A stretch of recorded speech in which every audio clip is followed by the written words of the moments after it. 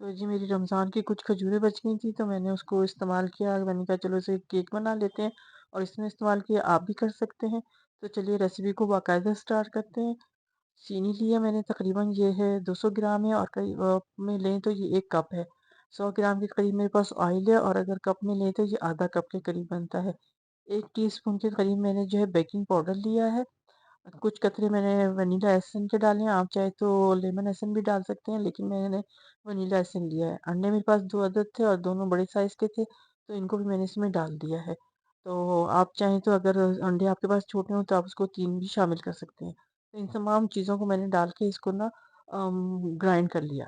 تو جو کھجوریں تھی تھوڑی ہارڈ ہو گئی تھی، تو میں نے اس کو تقریباً تھوڑے سے دودھ میں نا اس کو ڈالا اور ان کو تھوڑا سا نرم کیا، اور پھر جب یہ نرم ہوگی تو ٹھنڈی یعنی روم ٹمپریچر پہ میں نے اس میں شامل کر دیا، اور ان کو بھی تقریباً ملا کے میں نے 2-3 منٹ بس اس کو گرائنڈ کیا، بہت زیادہ نہیں کیا۔ اور اس سارا ہمیشہ جب تیار ہو گیا تو میں نے اس کو باؤل میں نکال لیا، لیکن یہ میرا جو ڈونگا تھا یہ تھوڑا چھوٹا تھا، تو پھر مجھے دوسرے برتن میں شفٹ کرنا پڑا۔ پھر میں نے اس کو کر کے، اور اس میں تقریباً میں نے نا 2 چمچ کے قریب میں نے خشک دودھ ڈالا۔ اس سے ذرا یہ ہوتا ہے کہ ٹیسٹ اچھا آ جاتا ہے۔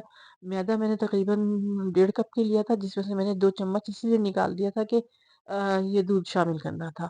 اور دوسرے یہ کہ سارے میدے کو نا آپ اچھی طرح سے چھان لیں، تاکہ نا اس میں کوئی لمس نہ رہ جائیں، اور آہستہ آہستہ کر کے اس کو آپ اس میں شامل کرتے رہیں۔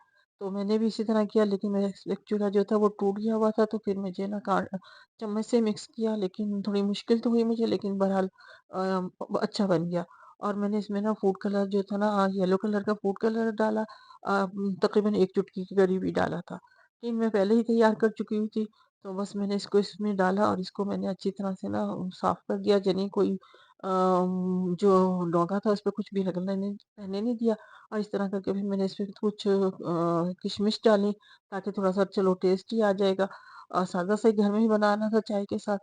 اور پینٹ پڑی تھی، تو ان پینٹ کو بھی میں نے تھوڑا سا میدے میں لگا کے اور اس کے اوپر ڈال دیا، تاکہ یہ نا نیچے نہ جائے۔ تو اس طرح کر کے میں نے کر دیا۔ اگر آپ دیکھ رہے ہیں کہ میری ویڈیو اچھی لگ رہی ہے تو اس کو لائک شیئر اور سبسکرائب کرنا نہ بھولیے گا۔ اور دوسرے یہ کہ کوئی بھی پوائنٹ جو ہے نا آپ مس نہ کیجیے گا، ورنہ پھر کیک اچھا نہیں بنے گا، اور پھر آپ کہیں گے کہ میں نے آپ کو بتایا نہیں۔ تو جب میں نے اس کو بیک کیا تو ماشاءاللہ سے یہ بہت اچھا بیک ہو کر آیا، سارے لوگوں کو بہت پسند آیا، سب نے اس کی بڑی تعریف کی۔ تو اس کو جب میں نے کٹ کیا اور اس کا اسپنج جو میں نے چیک کیا نا، آپ یقین کریں کہ بہت سافٹ تھا۔ تو ویڈیو کو کہیں پہ بھی مس نہ کیجیے گا، کیونکہ جہاں سے اسکپ کریں گے تو کوئی پوائنٹ جو ہے نا آپ کا رہ جائے گا، تو پھر وہ مزہ نہیں آئے گا آپ کو کیک بننے میں، اور آپ کی چیزیں بھی ضائع ہو۔ تو بھائی مہنگائی کا زمانہ ہے، اس لیے اپنی چیزوں کی حفاظت کرنی ہے، اور ہمیں اچھی اچھی چیز بنانی ہے، تو اس طرح کریں۔ تو آپ اس کو چائے کے ساتھ بنا سکتے ہیں، دیکھیں اس کتنا سافٹ اسپنج ہے۔ تو سب کو بہت پسند آیا۔ اگر آپ کو بھی میری ویڈیو اچھی لگ رہی ہے تو اس کو لائک شیئر اور سبسکرائب کرنا نہ بھولیں۔ مجھے دعاؤں میں یاد رکھیں، پھر ملیں گے ایک نئی ریسیپی کے ساتھ۔ اپنے کمنٹ ضرور دیجیے گا۔ تو پھر ملتے ہیں انشاءاللہ۔